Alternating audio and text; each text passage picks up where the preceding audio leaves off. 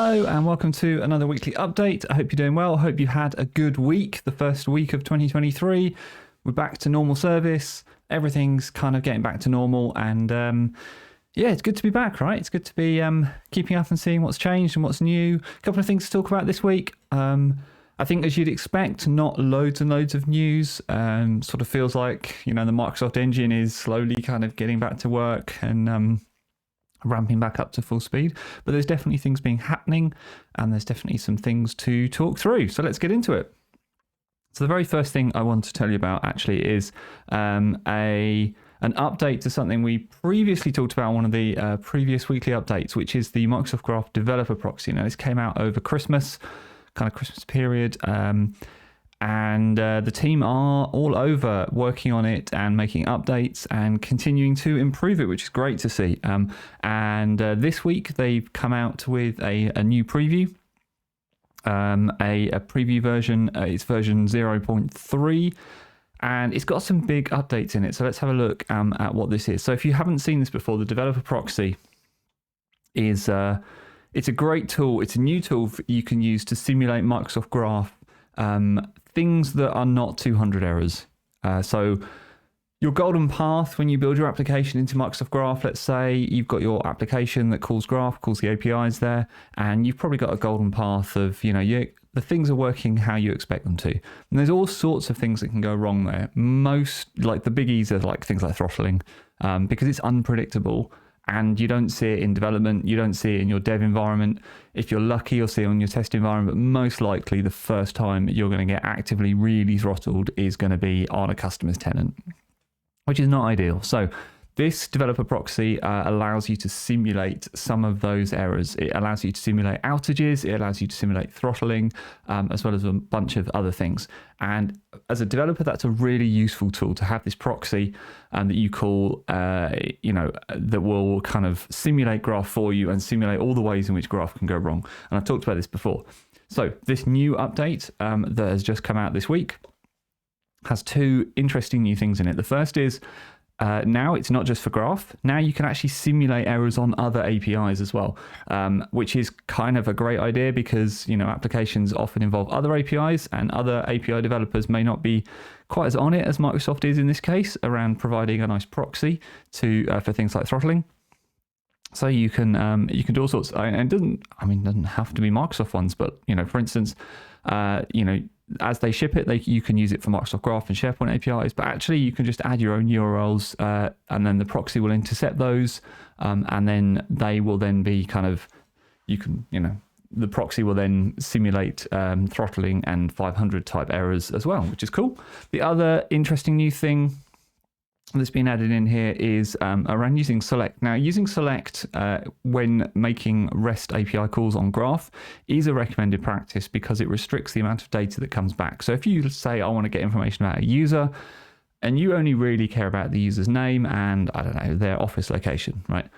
If you just call /user / the ID of the user, whatever, you're going to get back a payload that includes loads of stuff about the user. And if you only want one property in that and you throw the rest away, that is inefficient. And at scale, that is inefficient. So what you should be doing is using the select parameter to tell Graph, hey, when I make this API call to /user / ID of the user, I'm also going to pass a parameter that is, select the name, the location, and whatever fields specifically I want returned. And then Graph will only return those fields to you. It's a more efficient way of doing it. Anyway, the new thing in this proxy is that it will now warn you for any requests you make that don't include a select. Now, this is going to be interesting because I haven't tried this yet. Not all parts of the Graph support select. So my question that I need to go and figure out is the proxy going to warn or only selects that can be implemented in Graph, or is it just going to warn all the time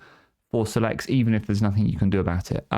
Either way, I don't think it matters. If it's the first one, that's great because it's intelligent. If it's the second one, actually that's a useful list then of almost feedback that we can give back to the Graph team to say, hey, we'd really like a select here because developers are making lots of calls here and they're being told to use select by the proxy, but actually there aren't any select places, they don't have that functionality. So all in all, this is a great update.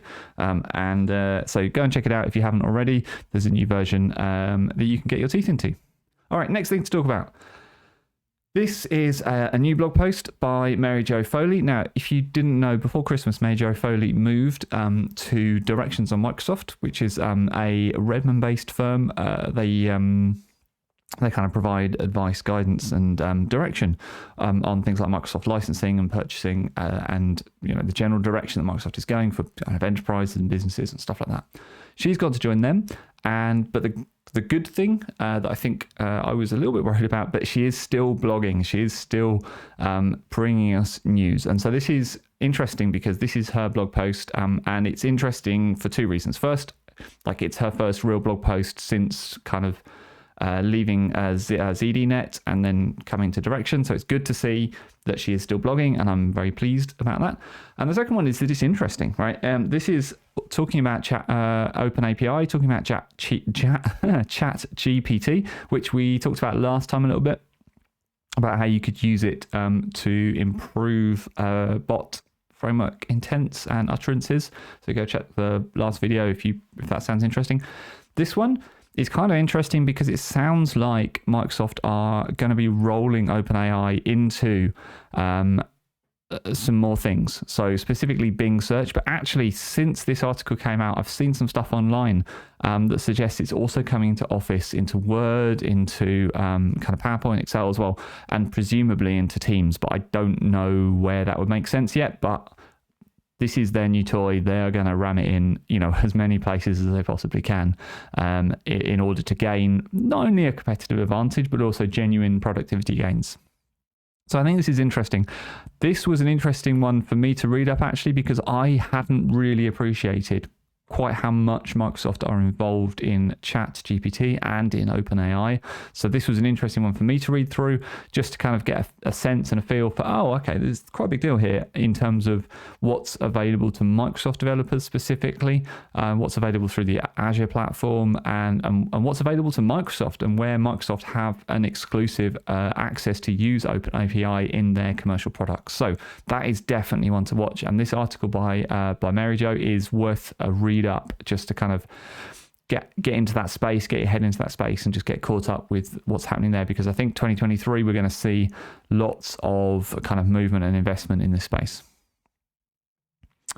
All right, there's a new Microsoft roadmap item I kind of want to cover quickly, because I don't think it's a massive deal, but also I don't understand it very much. So let's go through it. This is a new item that is currently rolling out, and it's for Microsoft Teams developers, and it's around the resource-specific consent, which we've talked about numerous times in the past, about how it's it's an improved model for very specific targeted ways for team owners to grant consent to applications within the scope of their team, which is a nice way of doing it, and is much more granular than the traditional permission sets, which cut across an entire tenant. So this is an update to that, and it's support for more things.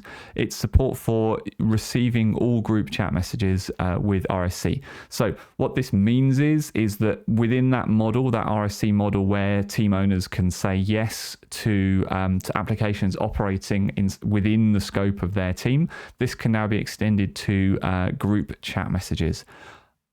I don't fully understand how this is implemented, if I'm honest, because I don't really understand how, within, let's say if you're an owner of a team, and where does this apply to? Does it apply to one-to-one group chats that only contain the people that are also a member of that team? Is that what we're talking about? And is that the same, is that a fair assumption then, that team owners have the permission, if you like, to receive all group chat messages, even if all the members of that team are having a group chat about something else completely different? How does the app know? How does Microsoft know that this is not the same as what's happening in the team?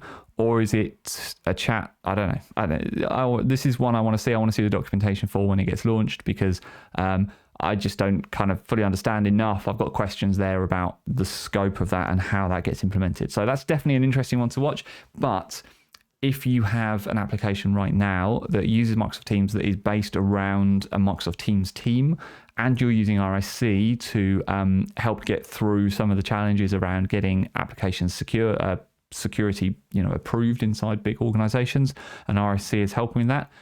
And you want to get group chats. This is one to keep an eye on, because this will help you bring additional functionality to your application, which is always a good thing.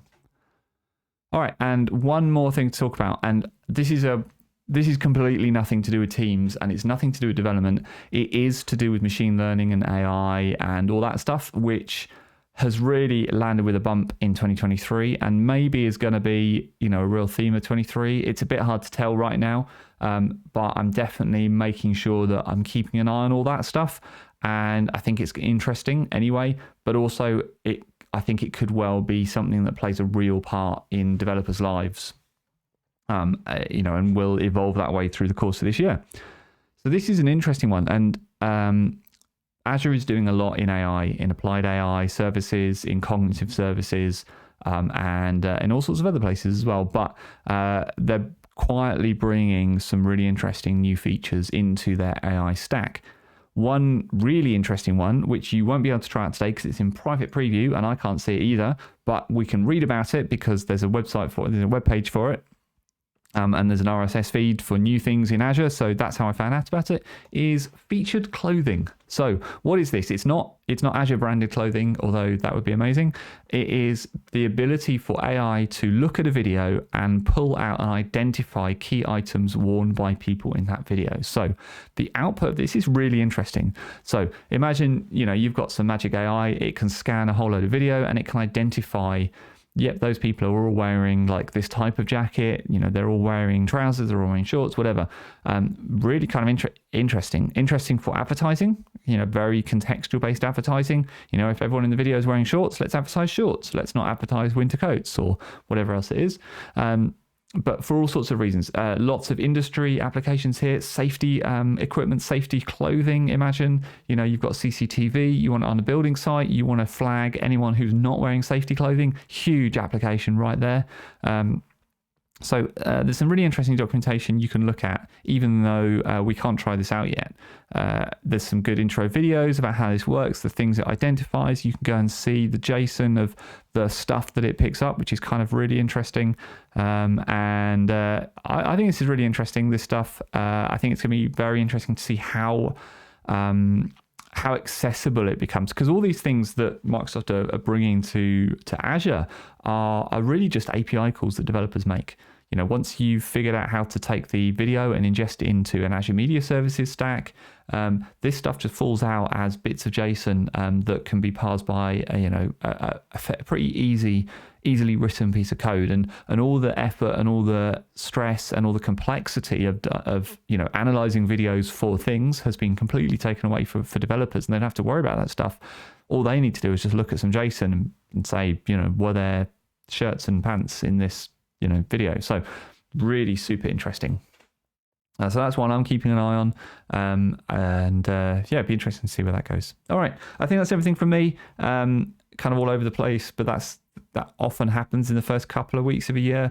Whilst we figure out what the general themes of the year are going to be, it won't be that long before we're looking forward to build, and we'll start to see the announcements for that come out. But in the meantime, have a great week, whatever it is you're doing, and I will speak to you again next time.